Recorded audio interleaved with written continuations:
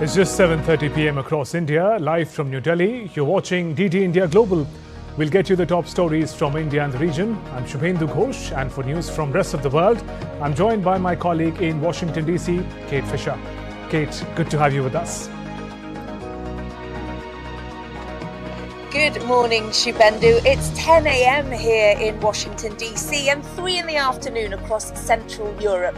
Coming up in the next 30 minutes, here, President Biden's poised to sign into law billions of dollars of military funding for Israel, Ukraine and Taiwan after months of bipartisan negotiations. And US Secretary of State Antony Blinken's in China for a 3-day visit to the US's biggest global rival.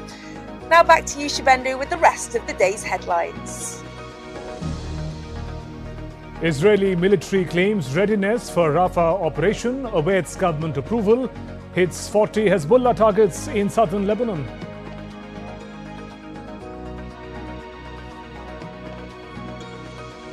US Senate passes $95 billion aid package for Ukraine, Israel and Taiwan.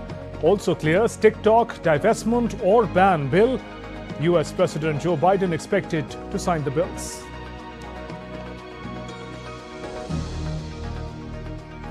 Germany rocked by spying scandals. Chancellor Scholz says spying by foreign countries unacceptable after arrest of a far-right politician's aide on charges of spying for China.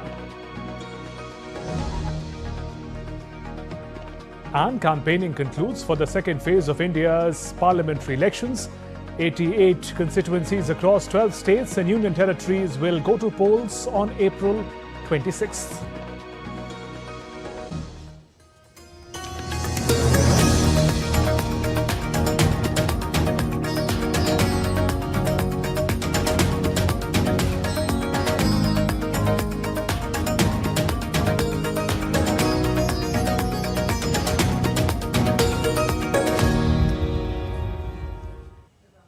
The latest from the Israel-Hamas conflict. Israel claims to have conducted all the necessary preparations to take on Hamas in Rafah.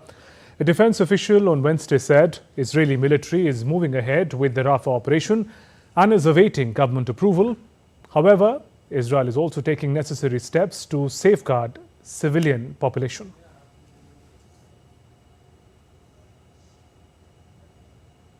Meanwhile, Israeli military claims to have hit 40 Hezbollah targets in southern Lebanon, including a storage facility and weapons.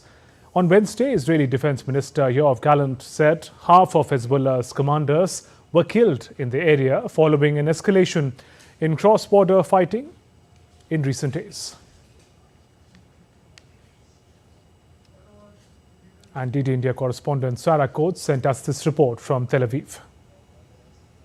The Israeli military has announced it's getting set to deploy 2 additional reserve brigades to the Gaza Strip, or up to 10,000 soldiers, with the IDF saying this is to continue the mission of defence and attack in the Strip. Now, these 2 units, they have been operating for the past few months on Israel's northern border with Lebanon, and from what we understand, according to the military, they've been undertaking training over the past couple of weeks to go into Gaza. Now, this comes amid reports that the Israeli military is preparing for an offensive down into the southern Gazan city of Rafah, with Associated Press analysing satellite images saying that there is a tent city now being constructed just west of Khan Yunis. Now, the Israeli military says it wasn't behind the construction of this apparent tent city, but what we have been hearing from the Israeli leadership, including from the Prime Minister Benjamin Netanyahu over these past few weeks,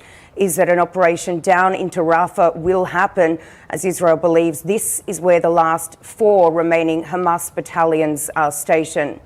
Now, moving to Israel's northern border with Lebanon, and the IDF has said over the last hour or so that it has conducted 40 strikes, hit 40 different Hezbollah targets in southern Lebanon over the past couple of hours, including storage sheds and also other infrastructure.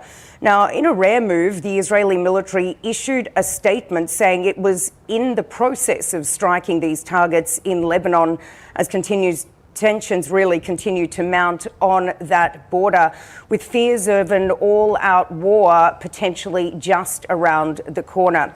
Now, the Israeli Defence Minister Yoav Gallant, he has just been up in the north conducting a situational assessment. He's come out to say that half of Hezbollah's commanders have been killed in Israeli strikes, while the other half are hiding in other parts of Lebanon.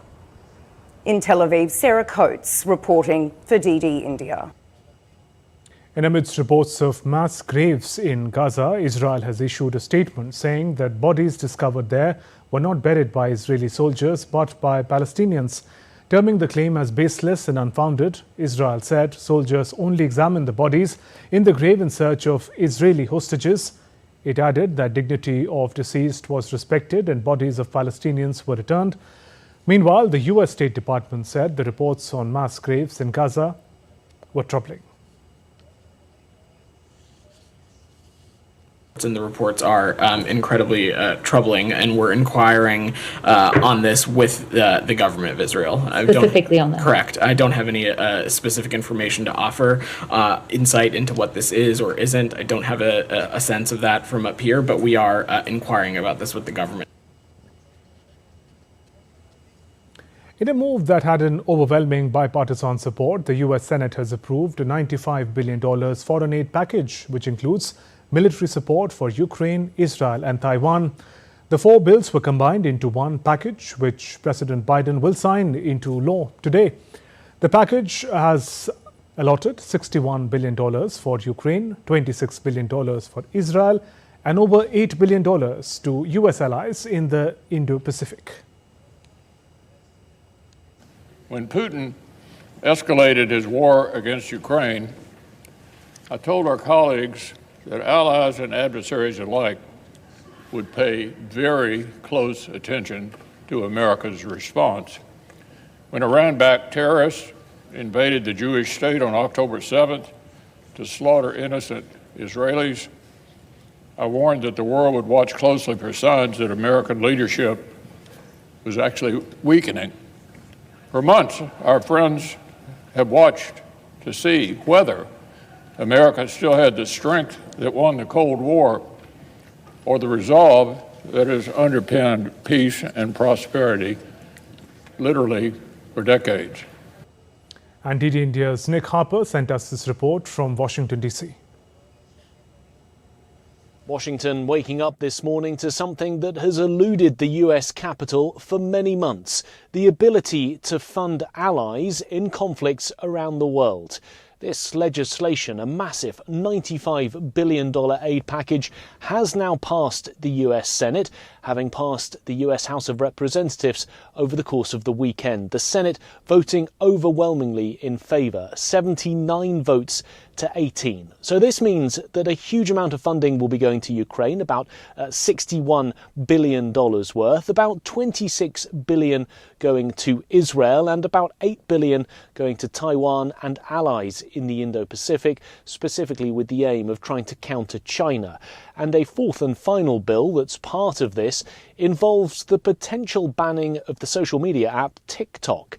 They're asking the Chinese owner ByteDance to sell the app in the next year or face its removal from US app stores.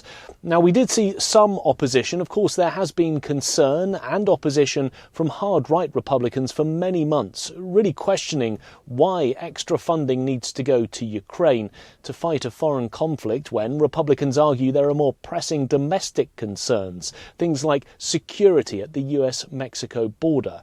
And we saw some opposition from, in particular, a progressive independent Senator Bernie Sanders. He's pro-Palestinian. He questioned the need to send so much money to Israel in its fight there. And also, we have heard from President Biden. He put out a statement shortly after the Senate approved this. He said it was critical legislation, saying that it would make the US and the world more secure, that it would defend countries from what he called terrorists and tyrants. He has been urging lawmakers for many months to get this aid package passed, and we're expecting him to sign it into law in the coming hours. Nick Harper in Washington, reporting for DD India. While the American Senate is seeking to empower the allies, U.S. Secretary of State Antony Blinken is visiting China. My colleague Kate Fisher is in Washington, D.C., joins us now with more on that and other stories. Kate, over to you. Thanks, Shubendu. Yes, US Secretary of State Antony Blinken is in China on a 3-day visit. He's meeting business leaders in Shanghai before visiting Beijing on Friday for talks with his counterpart, Foreign Minister Wang Yi. He's also expected to meet President Xi Jinping. Well, China has railed against US assistance to Taiwan, condemning the move as a dangerous provocation. It also strongly opposes efforts to force TikTok sale here in the US. German Chancellor Olaf Scholz has reiterated his country's firm stance on spying, saying that spying by foreign countries is unacceptable. During a joint press conference with his UK counterpart, he also stated he would make sure that those responsible for spying are put on trial. His statement comes after a German member of Parliament's aide was among 4 people arrested on suspicion of spying for China. Earlier, 2 other people were arrested on suspicion of spying for Russia. We cannot accept spying against us, whichever country it comes from, and that's why it must be identified, and those who are responsible must be arrested and brought to justice. The allegations that are being raised here against AFD employees and candidates are very worrying.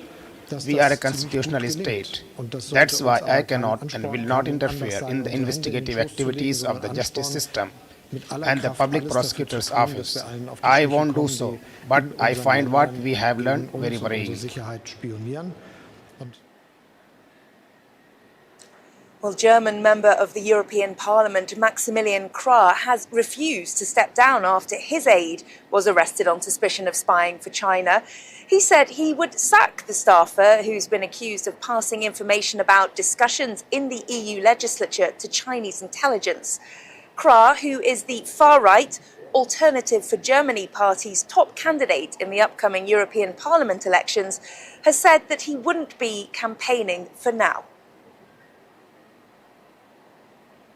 If you now believe that this is the end of me being the top candidate of my party, then I have to disappoint you. I am and will remain the top EU candidate. What matters is now that we refocus the election campaign on European issues and move away from this ultimately very unpleasant manner. On a visit to Germany, British Prime Minister Rishi Sunak visited military barracks in Berlin, where he met German and British soldiers. Earlier in the day, Sunak met German Chancellor Olaf Scholz, and the British leader hopes the trip to Germany will deepen security cooperation after he announced London's move to increase defence spending. It's Sunak's first trip to Germany after he became British Prime Minister in October 2022.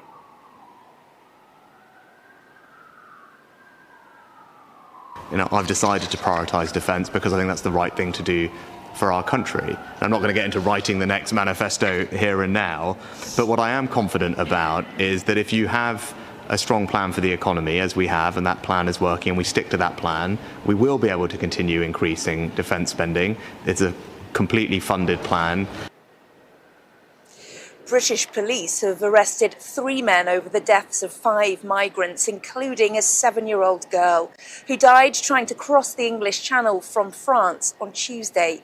3 men, 2 Sudanese nationals aged 22 and 19, and a South Sudan national aged 22, were detained on Tuesday night on suspicion of facilitating illegal immigration into the UK. The deaths occurred when a small, overcrowded boat carrying 112 people set out to cross one of the busiest shipping lanes in the world. At least 6 people were injured and several residential buildings damaged in a Russian airstrike on Ukraine's second largest city, Kharkiv. Ukrainian authorities said that Russia launched several S-300 missiles from the Belgorod region. Meanwhile, fire broke out at fuel and energy facilities in Russia's Smolensk region as a result of a drone attack launched by Ukraine. There were no injuries reported. Well, Kremlin spokesman Dmitry Peskov said on Wednesday that Russia will further expand its, quote, buffer zone inside Ukraine if Kyiv takes delivery of longer-range missiles from the United States that will allow it to strike deeper inside Russia. The US is preparing a $1 billion military aid package for Ukraine, and that's the first to be sourced from the soon-to-be-signed Ukraine-Israel bill. Well, that's all from me here in Washington. Back to you, Shubendu, in the studio. Thank you, Kate. Have a nice day. And still to come on DD India Global. Hundreds of blossoming cherry trees celebrate peace in Bosnia.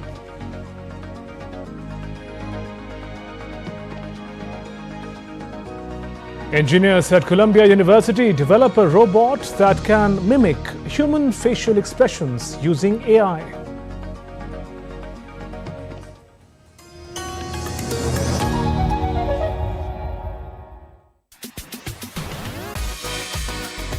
India that invents.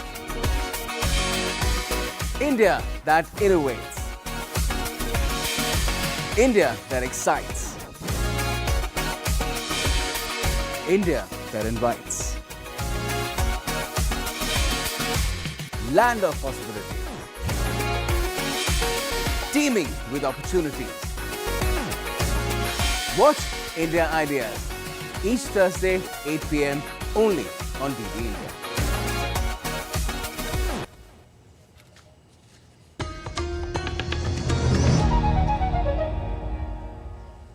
Welcome back. You're watching DD India Global. I'm Shubhendu Ghosh. Let's now get you the latest on the world's largest democratic elections in India.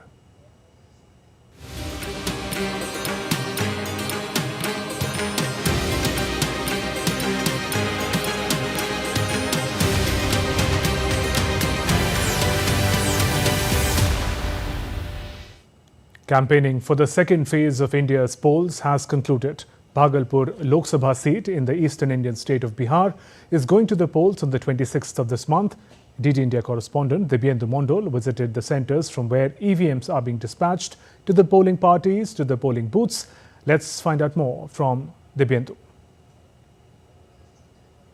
With just little more than 24 hours left for the second phase of polling to begin, if you see behind me, thousands of people in Bhagalpur constituency have gathered here. These are polling parties who have come to the camp set up by the Election Commission of India to collect their kits before they are dispatched to their respective polling centres. These thousands of people consist of polling parties of the thousands of booths that are spread across the different parts of this Bhagalpur constituency.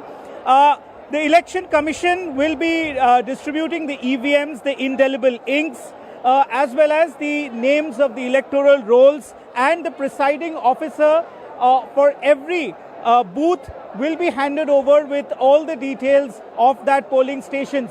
The polling parties will be staying here overnight, after which early morning before the polling begins, they will be moving to their respective polling stations. If you also see on this side, the Election Commission has made some arrangements for water for all the people, all the polling parties that are visiting at this particular polling camp to collect their polling material.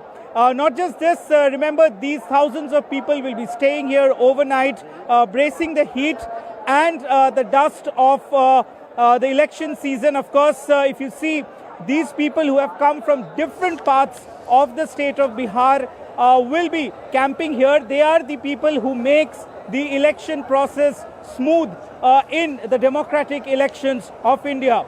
With camera person Jagmohan, this is Dibyendu Mondol from Bhagalpur in Bihar for DD India.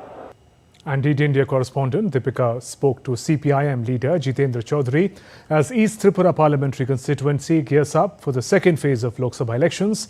Chaudhary spoke exclusively on how the left party, as part of the India Alliance, is challenging the BJP. Yes, our preparation for the election is totally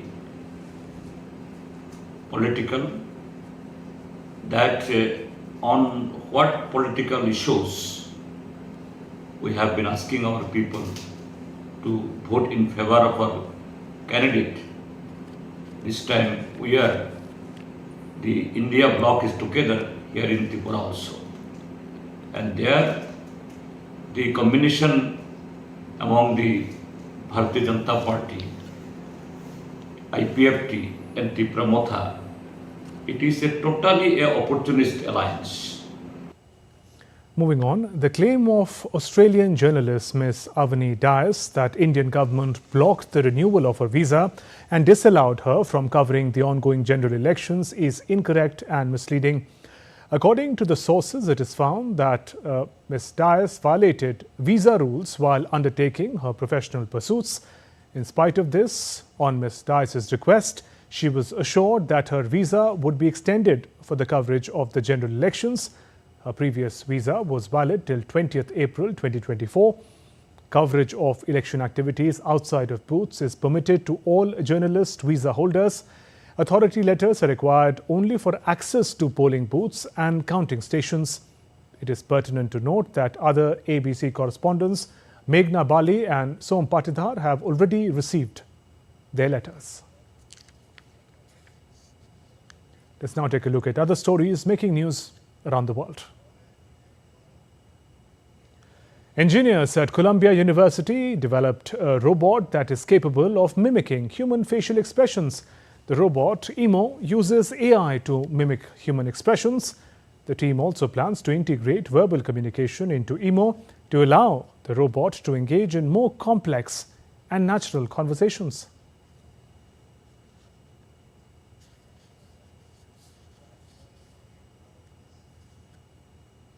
Hundreds of blossoming cherry trees celebrate peace in Bosnia. These trees are a gift from Japanese humanitarian workers celebrating peace in the Balkan country nearly 3 decades after the war ended. After the Bosnian War ended and the city of Sarajevo was severely damaged, Japanese non-governmental organization donated some 1,750 sakura cherry trees to several Bosnian towns. Athens' sky turned orange as dust from Sahara Desert covered the city in Greece on Tuesday. The Greek Met Service have said the dust would subside on Wednesday. Moreover, they have warned that the dust concentrations can reduce sunlight and visibility, while increasing levels of fine pollution particles pose health risks. The International Center for Integrated Mountain Development, in collaboration with Alternative Energy Promotion Center and International Water Management Institute, is organizing a week-long conference on renewable energy for agriculture. The conference aims to address the challenges in Nepal's irrigation sector, promote sustainable and inclusive renewable energy solutions, and foster collaboration among regional member countries for scaling solar irrigation globally. The Energy Week, 3 conferences at national, regional and global levels are being organized. Energy Week targets stakeholders ranging from policymakers to practitioners.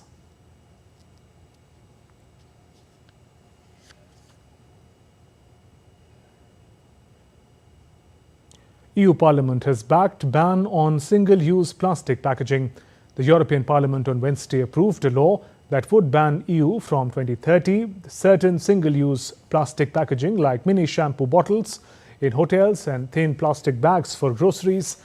However, the policy still needs formal approval from EU countries. The move is an attempt to curb the rising tide of packaging waste.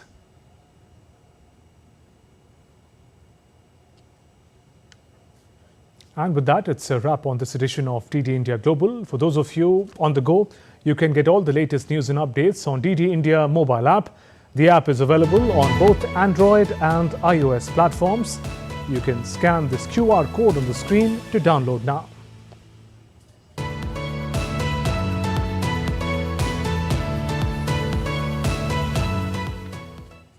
Let us know your thoughts on the news of the day. You can connect with us on Facebook, X and Instagram. You can also check out our website ddindia.co.in. We'll be back with more news as it breaks here on DD India. I'm Shubhendu Ghosh from all of us here in New Delhi. Thanks for watching DD India Global. Namaskar.